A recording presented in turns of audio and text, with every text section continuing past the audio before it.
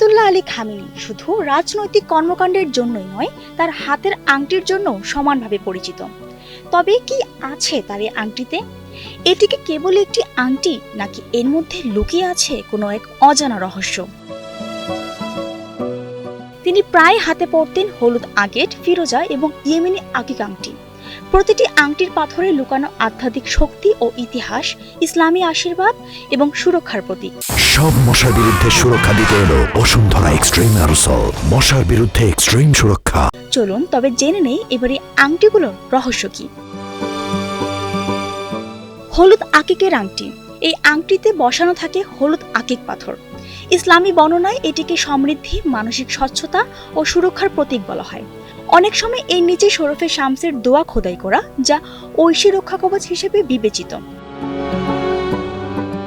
ফিরোজা পাথরের আংটি। নীলা ফিরোজা পাথর সাহস ও বিজয়ের প্রতীক হিসেবে পরিচিত। এটি বিপদ থেকে রক্ষা ও দোয়া কবুল হওয়ার সঙ্গে সম্পৃক্ত। ধর্মীয় নেতাদের হাতে এই পাথরকে দৃঢ়তার প্রতীক হিসেবেও দেখা হয়।